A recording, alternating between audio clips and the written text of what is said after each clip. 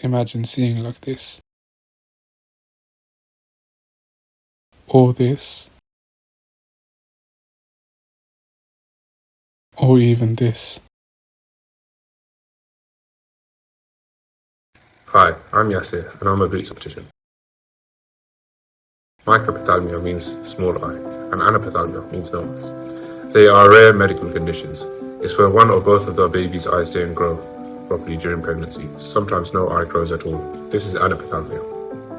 Or an eye may not grow to its full size and will be smaller than normal. This is microphthalmia. It affects 1 in 10,000 babies. About 30 children are born with it in England and Wales. If only one of their eyes is affected, then they will see everything normally, apart from not having true 3D vision, depth perception. If both their eyes have the condition, they may only be able to see bright lights and large shapes, or they may not be able to see anything at all. The affected eye or eyes will look smaller than normal. The front of the eye may look cloudy or completely white, or the pupil might look a funny shape. If they have no eye, then it will look as if their eyes are closed. Children may be given a prosthetic eye which looks like a normal eye to wear on top of their affected eye to help their face grow normally. This will have to be remolded every few months as they grow. Very occasionally they will need to have an operation on their eye to help the prosthetic eye fit. Most cases happen by chance, and the cause isn't always known. Sometimes it is caused by changes in genes, which means the eye didn't form properly.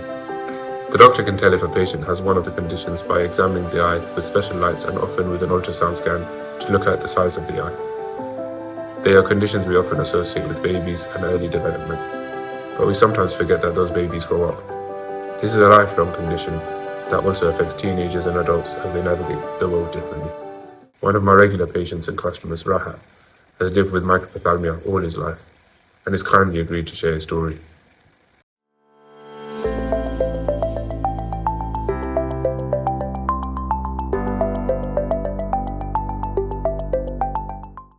My name is Rahat, I'm 22, and I have a condition called microphthalmia. So it's a condition where my right eye was undeveloped and small from birth, and so I am blind as a result.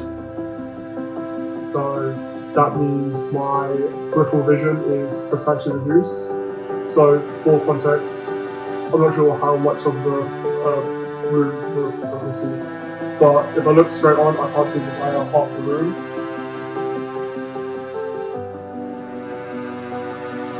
Also, due to not having sight in both eyes, I lack depth perception, so judging distances is quite hard. And also it affects my hand-eye coordination to some extent, so like catching a tennis ball, for example, is quite hard. Whilst learning to drive, it has been quite difficult because I'm pretty much just guessing the distance between objects pretty much. Yeah, but also due to not seeing right side, it's a bit embarrassing, but I have walked into a lot of things way too many times that I'm willing to admit. That's just meant I've had to learn to be more aware of my surroundings. Friends and family, obviously, they see me as well. They don't see me as just, like solely just my disability. Some people will see me, the first question they're asking me is, "Oh, what's up with your eye?" And other people kind of overlook it, but some people will like have general questions and have curiosity. Usually they find it crazy that I'm blind in one eye, and then a lot of people usually would like close one eye and try and imagine how it is. However, that isn't how it is. So this goes back to the kind of peripheral vision that I mentioned before. So with my left eye, I can see my finger to my ear, and basically my nose blocks basically the main of my sight pretty much. So the best way to explain is that if you were to see on one eye kind of have that same parameters, and if I was to close both eyes, if I was to close my one eye, it's similar to if you were to close both eyes.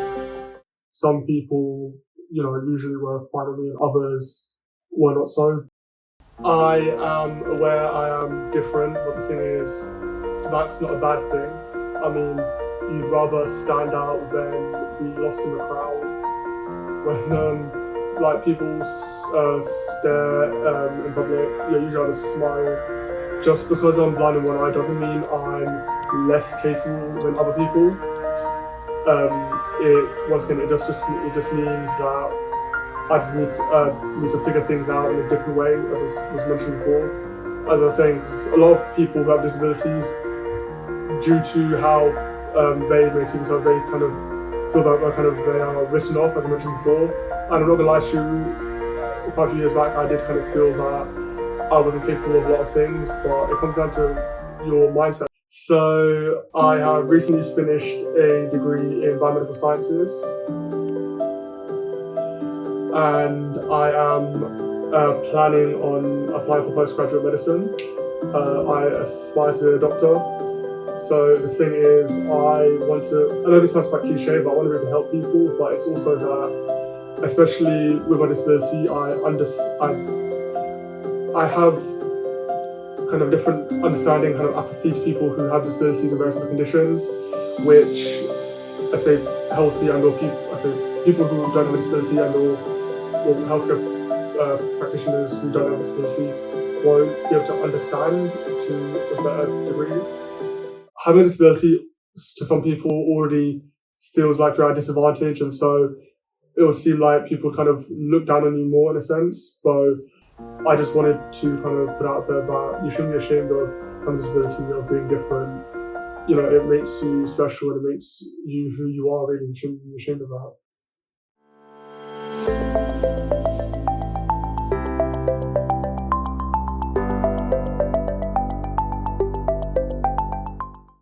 My name is Salma, I'm Rahat's mom. The first thing the surgeon said to me, "Oh, do you know your son's blind?" I think I was angry and disappointed. I think it was sometimes I thought it was my fault because where he was born. And I think if I looked out for my pregnancy, if I looked after myself more, this would not happen. So it's like I said, most of his life was quite emotional for me. So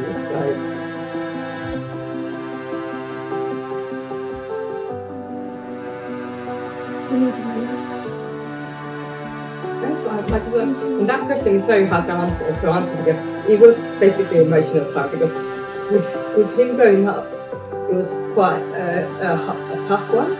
Because he did, like he said, he was little, he didn't understand, and me to process this sort of disability was hard.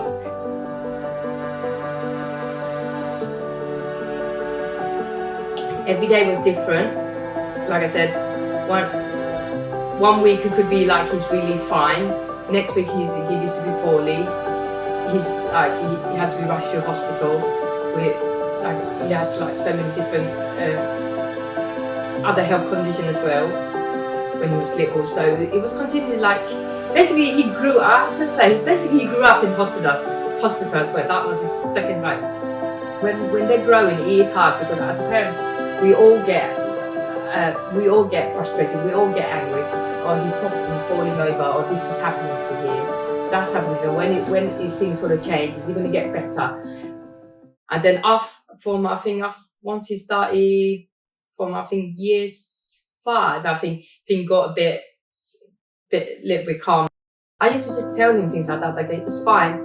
I go, you got a good teacher, he'll never send you home unless he knows that you need to come home now. Like I said, everything from education to that point, I think from all his teachers, everyone's been really, really, really, really supported. Like I said before, without their help and their support, I don't think I was able to do what I needed to do to bring Rahat up like this. And definitely my GP, she was the main person behind it. Every time when I used to take Rahat, and if she retired as well, we were on the last day, and she asked me how Rahat's doing, and she said to me from the beginning, she said she wasn't 100% sure that if Rahat was able to get to where he was. She goes, he would have been basically, she was concerned that he wouldn't have flied high like that. She goes, she was shocked. But she said that's really good, and I said to her that this is all because of you, because every time I had any issues, I used to phone you and used to give me the appointment straight away, or you to contact the hospital straight away to let them know that I'm coming. So yeah, I'm really grateful to my GP. They used to ask me how am I coping, and they say, "Are you okay?" And I'm like, "Yeah, I'm fine. As long as my son is fine and I'm getting all the support and what he needs, and I'm 100% okay." I just want to see him catch a dream, and I knew when he was little, I used to say to him, "It'd be nice if someone in our family could go in the path of science and study science and become like a doctor." I used to like talk to him like things like that in little. I knew from year 5 science was his passion, and I used to say to him, "Okay, so you're going to take science, are you going to go into medicine then?" And like I said, everyone in my family was surprised when they heard that, he's going to do the science degree, because science is not an easy subject, and not everyone can, do the science. And like I said, they're all really, like I said, they're all proud, and they're happy that he's going to study on. And I said to him, I said to him, you will be the first in our whole family to become a doctor if you go in that line. And I'm hoping that he's going to fulfill his dream. Like I said, I'm all the way behind his back, and I said, I will stand there until you become what you want to become. Why shouldn't a disability child not achieve? They can achieve. Don't look at the disability children differently. They are human beings as well. Treat them like a normal human being, and you will see how different they are. Like I said, I work in the school. I work with different disability children as well. It is tiring, it is frustrating, but when you give them the love and the comfort, they do learn, and they come back. They appreciate it, these disability children. But they understand that, this teacher's there, they will come running. Like today, I was telling them, I think I'm leaving early, and after 20 of them, they all came running, and I'm thinking, and they won't let me go. They're like basically hugging me, and I'm like to the teacher, to my other teacher, I go, "Seems like they want my autograph here." Will someone come and take them away from the door? And the teacher was laughing. I go, my passion is working. I worked in school for over 20 years now, and I love working as a teaching assistant.